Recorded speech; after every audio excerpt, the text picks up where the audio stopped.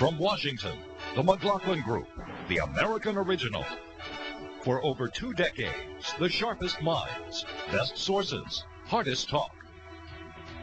The McLaughlin Group is brought to you in part by Pfizer, dedicated to helping people live longer, happier, healthier lives. And by CIT, financing for businesses large and small, on the web at CIT.com. Issue 1, Freedom, America's DNA. George W. Bush, 43rd President of the United States, delivered his second inaugural address in Washington on Thursday with 3 major elements. First, Wilsonian idealism. It is the policy of the United States to seek and support the growth of democratic movements and institutions in every nation and culture with the ultimate goal of ending tyranny in our world. This is not primarily the task of arms, though we will defend ourselves and our friends by force of arms when necessary.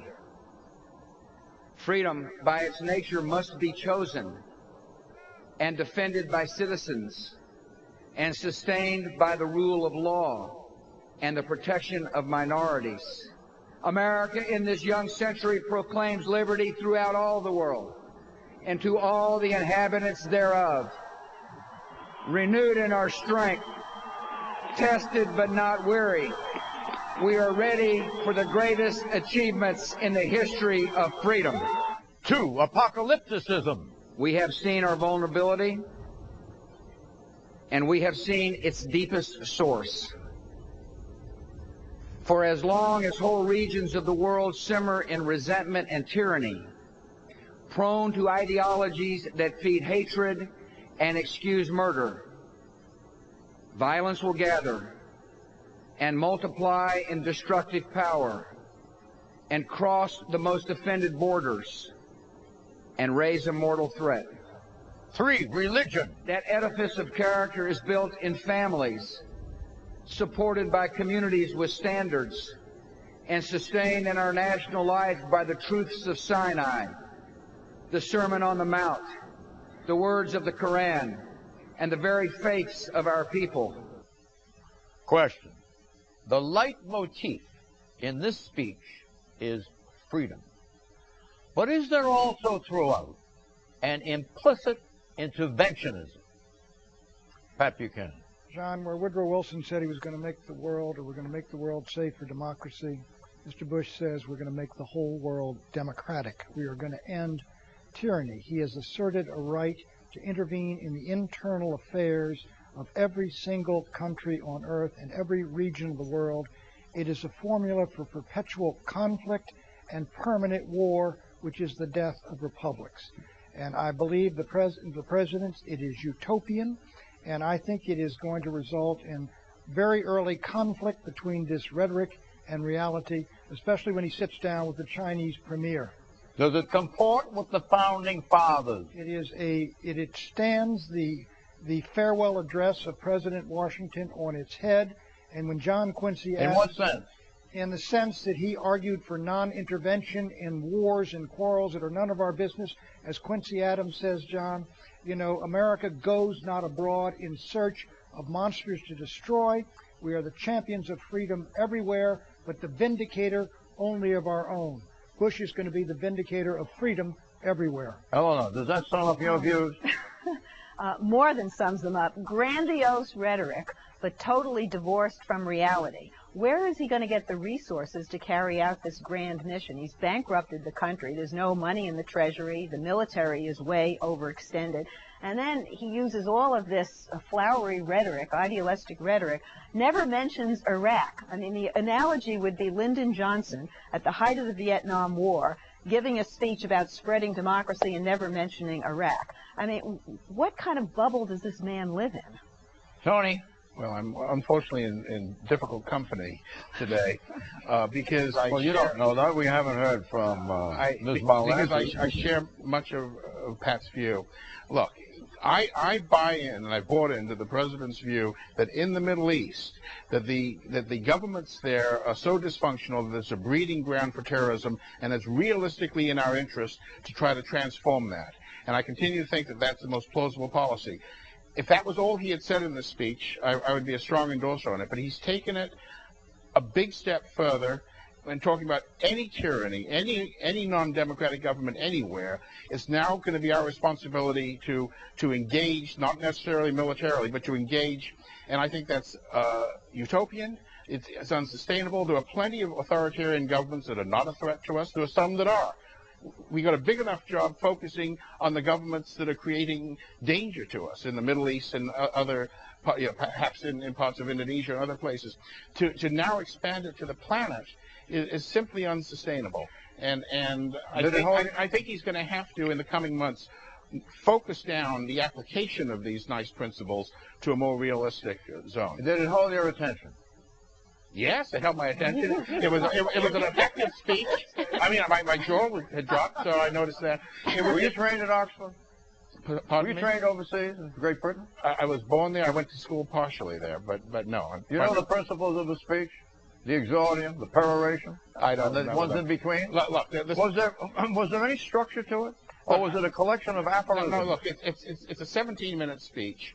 I think it was effective because we've all paid tremendous attention to it. So obviously, at the primary level, at the function of getting our attention, by God, it got our attention. Would not any inaugural under these circumstances today do so? If he had given a slightly different speech, we would have barely noticed it. Did it hold your attention? Yes, it was classic Bush in the sense that it was unapologetic and it was radical, I think. And I agree the fact that we're all talking about it does say something. Second inaugural addresses tend to be bland laundry lists for the most part when you go back and look at them.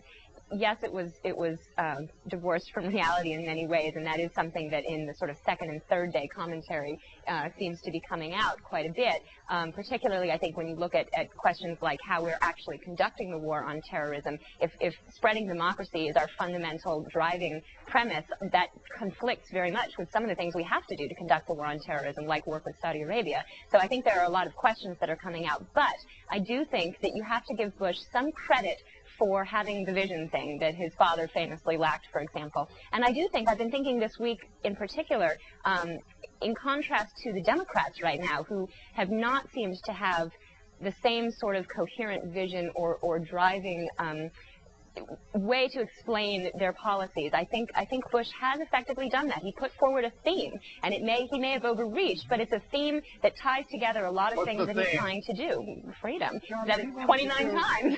John, did it hold your attention throughout? It did. It did. Do you think it lacked structure? I do think it would have been better with structure? As has come to be the case with all of Bush's speeches, for me at least, the domestic part falls flat compared to the foreign policy part. It was a bunch of big words that don't mean a whole lot. You mean abstract words? Right, exactly. And every time he says democracy, what he's really talking about is regime change in Iran, which seems to be the next thing on their radar screen. John, Did it strike you as a collection of patriotic maxims? Yes, it did, John. But let me tell you, he has a purpose here. And the purpose was, and I don't fault him for not mentioning Iraq. I don't think Nixon mentioned Vietnam in his first inaugural. What he is doing is he's saying, in effect, look, there's a lot of bloodshed and there's controversy and bitterness. We're losing guys in Iraq. However, this is in a great and noble cause. It is ending tyranny on the earth. It is a war of generations. It is almost Lincolnian in that sense, a new birth of freedom worldwide, where FDR took down fascism, Reagan took down communism. We're going to end tyranny worldwide. So it puts that in that context. That, I think, is a strategic objective. I think it succeeded, but he went so far beyond that. It's such a what is the answer? hubris. What's the answer to my question? Was there kind of a vagrant, implicit interventionism throughout? Did you sense any of that? It wasn't vagrant. It was purposeful. He used the words like persistent, like he's going to clarify for non-democratic governments their shortcomings. He's talking directly to people who are dissenters and You mean it's a taunt? Well, It was explicit. Wasn't a taunt. You know, what's interesting is he read the book by Nathan Sharansky. Yeah. Sharansky had been in the Soviet Gulag. Yeah. He's told the story to a lot of people. I've heard the story that he sat in the Gulag hearing Reagan's words that inspired him. I think clearly that Bush was inspired by Sharansky's statement because they met, and he's read Sharansky's book. When we met with the president, the first one of the things he said is, have you read Sharansky's book? You better tell us what the central proposition of Sharansky's book, or would you like me to do that? You go ahead. The central proposition is that democracy is available and sought after by everyone, including the Iraq. They really want democracy. In Russia, notwithstanding the fact that we tend to believe that they want a benign autocrat there, the people do. No, they want democracy. More important, it is the panacea. This is the the road to world peace. This is what mankind has been seeking. We have the answer, and if we pursue this road, we will get And there is no substitute for it. He's basically saying, Any other government, the implicit suggestion is no other form of government will do. basically saying the war on terror can only be won if we can spread democracy, because that's the only way they won't do I think he could have done better if he had structure to it, rather than it being a collection of altogether related, but not one flowing. I don't mind talking about There was liberty. no real theme other than I don't mind abstraction talking of freedom. I don't mind talking about liberty and freedom, and I don't think Democrats should fall into the trap of criticizing the rhetoric. The problem is the rhetoric is totally disparate from any reality in terms of our relationships with Saudi Arabia, with China, with Pakistan, with everybody. The speech was educational. It was meant to be educational. The whole speech was a justification, which I agree with, for Iraq. Unfortunately, took it beyond Iraq. But his whole point was the reason we're fighting and changing and enforcing democracy is because it's realistically in our self-defense. I buy that argument for Iraq and for the Middle East. His mistake, I think, was to broaden it to the entire planet. Our liberty is dependent upon other countries being free. That has never been the case in American history. We have always been free. The rest of the world has always had despotism. Do you think the president's a troublemaker? No, I think the president, he is a visionary, he is an idealist, but I think he But you think the vision is skewed? He's Woodrow Wilson on amphetamine. You think so? It's what conservatives used to criticize liberals about, that liberals were the utopians. I mean, he has now created a utopia that no liberal would dare dream. Since the subject of Woodrow Wilson has been brought up, you think this will be true of George Bush 50 years from now? George Bush's character and policies have been the subject of acrimonious debate. But even those who have doubted his wisdom have recognized him as one of the pivotal figures of American and world history. Yes, Do you think that will be true of Bush? I think Bush believes it will be true, and I think it may be true. Bush is becoming an historic figure, but I think he's going to be a tragic figure, just like Wilson. Really? And pivotal. Well, was Wilson that tragic? Certainly he was. He was a failure. He died unhappy, man. He didn't get his League of Nations. He didn't get his But he Versailles defined Treaty. American foreign policy for a century, and he defined the American self-image of its place in the world. And 20 years after Wilson, everybody thought he was What about the Versailles Treaty? That's another one of his. He was rejected by the Senate because of his obduracy. The Versailles Treaty proved to be a real total disaster. Bad treaty. It was a total disaster. No, If we he can get wanted back the to the Versailles Treaty present, signed. He tried to save it. if we can get back to the present No, away I'm from the making age your of point Wilson. for you, but I don't think we could describe him as a tragic figure. Oh, I think Wilson is considered generally think so? a tragic hero. But 20 years after his death, Tony is right. You came up to World War II, and people were saying, if we'd followed Wilson, if we'd gone in the League of Nations, if we'd done Do you this, think would have what the Wilson president sounded like a CEO?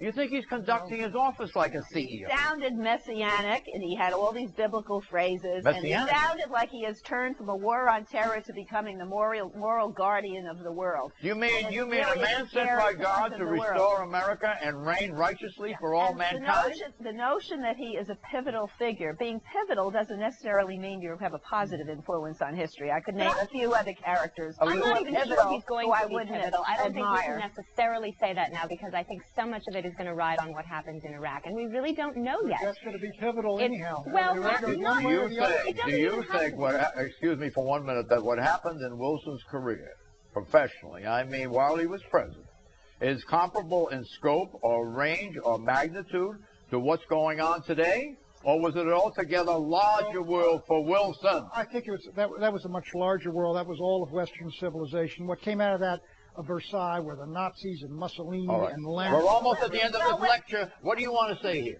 Well, I was just going to say that I think, in the same way that I think Bush's legacy is very much going to hinge on what happens in Iraq, I think the speech was very much about Iraq. I think it was a mistake in the sense that now we're all talking about what does this mean for China or Russia or whatever, but really I think the speech was aimed at a public that is very nervous and very sour on Iraq at the moment. Do you think that the international community is going to be any more hospitable to the foreign policy of George Bush as a result of this speech? Or do you think it will have the counter-reaction? I think it was primarily, I think primarily it was aimed at a domestic audience first. I think you look at the polls on Iraq right now, and they're terrible. The public the majority now disapproves of the way Bush is handling the situation. Hold on, let her finish. Let her finish.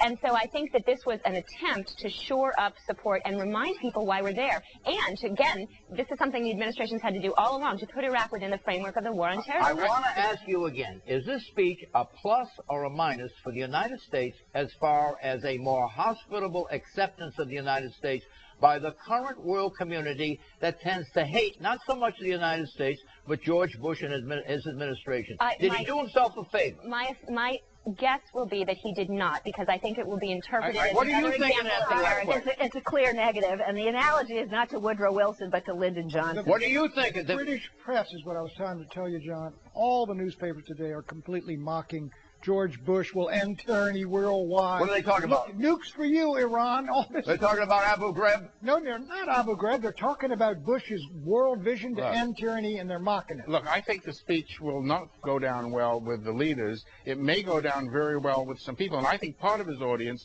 were the young students in Iran, people who are under suppression around the world. That's part of the audience he was talking to. Will you answer my question? What is it collectively? Is it a plus or a minus? No, I said it's a minus with the governments. Keep in mind he's going to Europe next month, and that'll give him a chance to discuss the application of these things. All right, let's sum it up. Exit question.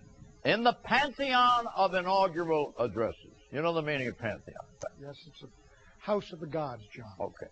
Where does this address stand on a scale of 0 to 10? 10 being the center of the pantheon. Great, soaring, lofty, unforgettable. 0 meaning outside the pantheon. Abstract, boring, structureless, eminently forgettable. In the dumpster. 0 to 10. Pat. You got to break it down, John. This is a historic. We got to get a collective It's thing. an historic speech in that sense. I would give it an 8 or 9. It's going to be remembered. It's going to be talked about for a long time. But as a speech itself, I would give it a 3 or a 4. Helena. I'm going to split the difference and give it a 5. I think the words are eloquent, but it's not buttressed by reality. And unless reality changes dramatically over the next 4 years, these will be words that will come and go. And haunt them?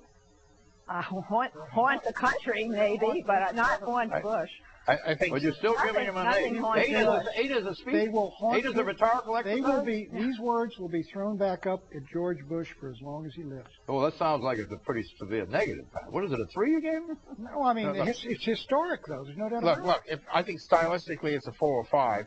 I think that its effect, if he follows up on it, could be an 8 or a 9. If he doesn't follow up on it, it's about a 3. And because the speech alone is simply a series of statements. If he acts on it, if it's policy, then it's a very big deal. Liz. I give it a 7 for many of those same reasons. I give him a 7 for the vision thing, and because it was a radical articulation of a policy that has certainly gotten everybody's attention. I do think it was divorced from reality in many respects. You think it was that radical? The foreign policy part. Another part was, I had hoped it would be more directed than it was to the international community because of our severe problems there. And in view of that, I can't give it above a 4. When we come back, will Condoleezza Rice move the balance of power from the Department of Defense to the Department of State?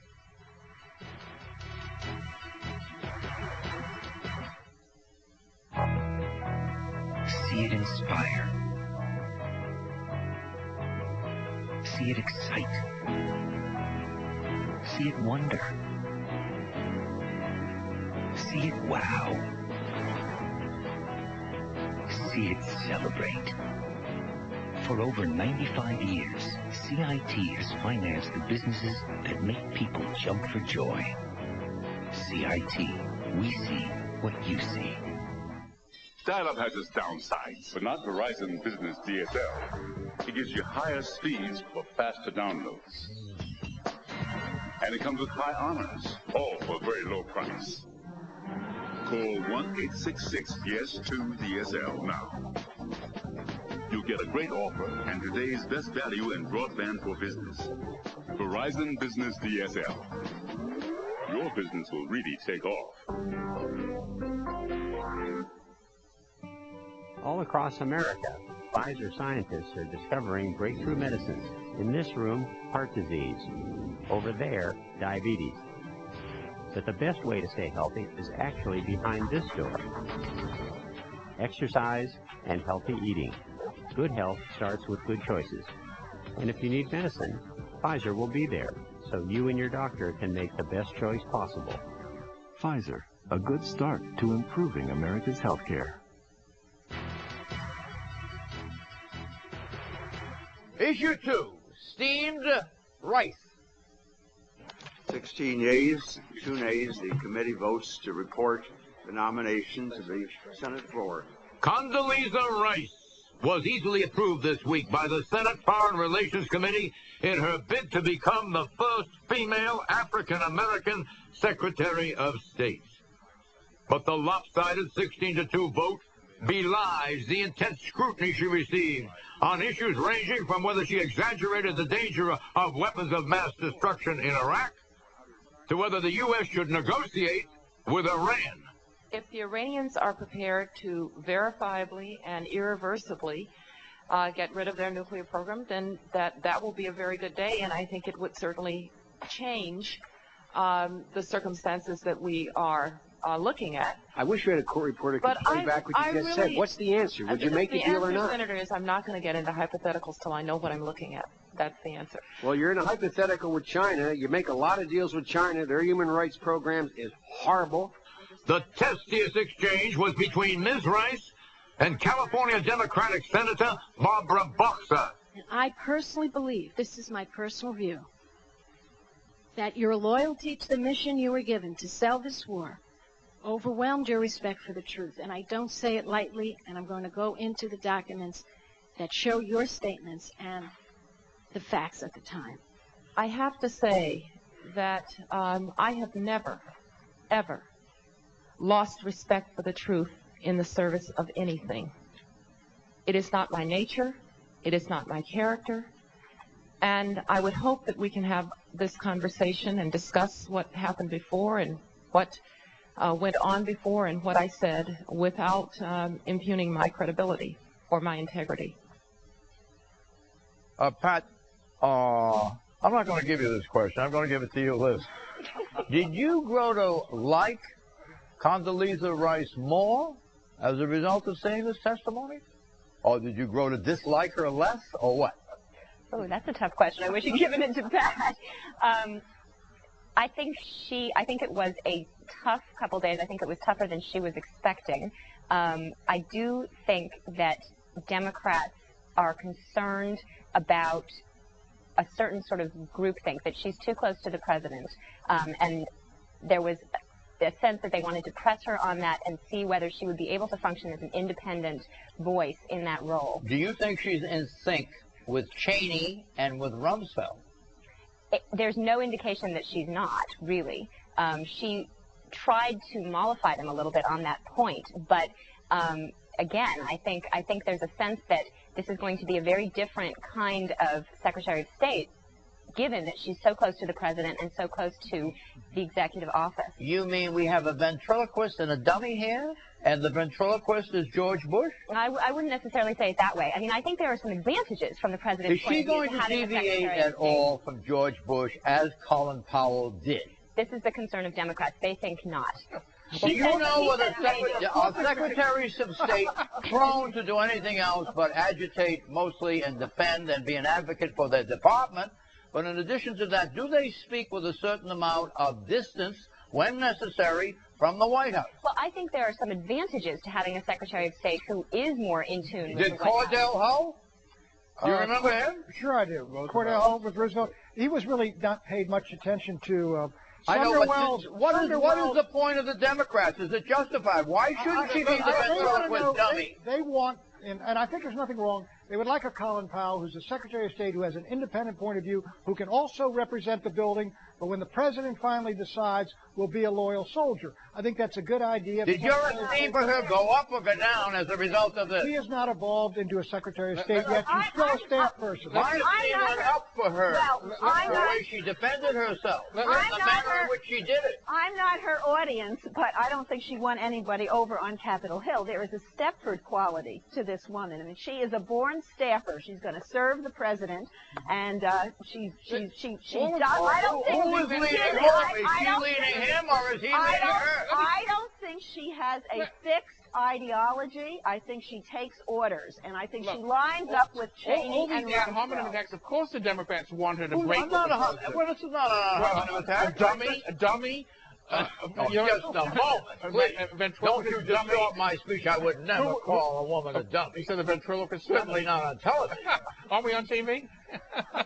Look, of course the Democrats were taking their shots. They have a couple of shots out of there. They took them. They got on the record for all the things they complain about. They don't like her because she's going to work with the president instead of against the president. We'll be right back with predictions. The McLaughlin Group is brought to you in part by Verizon Business DSL, the broadband connection that's made for business. Dial-up has its downsides, but not Verizon Business DSL. It gives you higher speeds for faster downloads. And it comes with high honors, all for a very low price. Call 1-866-YES-2-DSL now. You'll get a great offer and today's best value in broadband for business. Verizon Business DSL. Your business will really take off.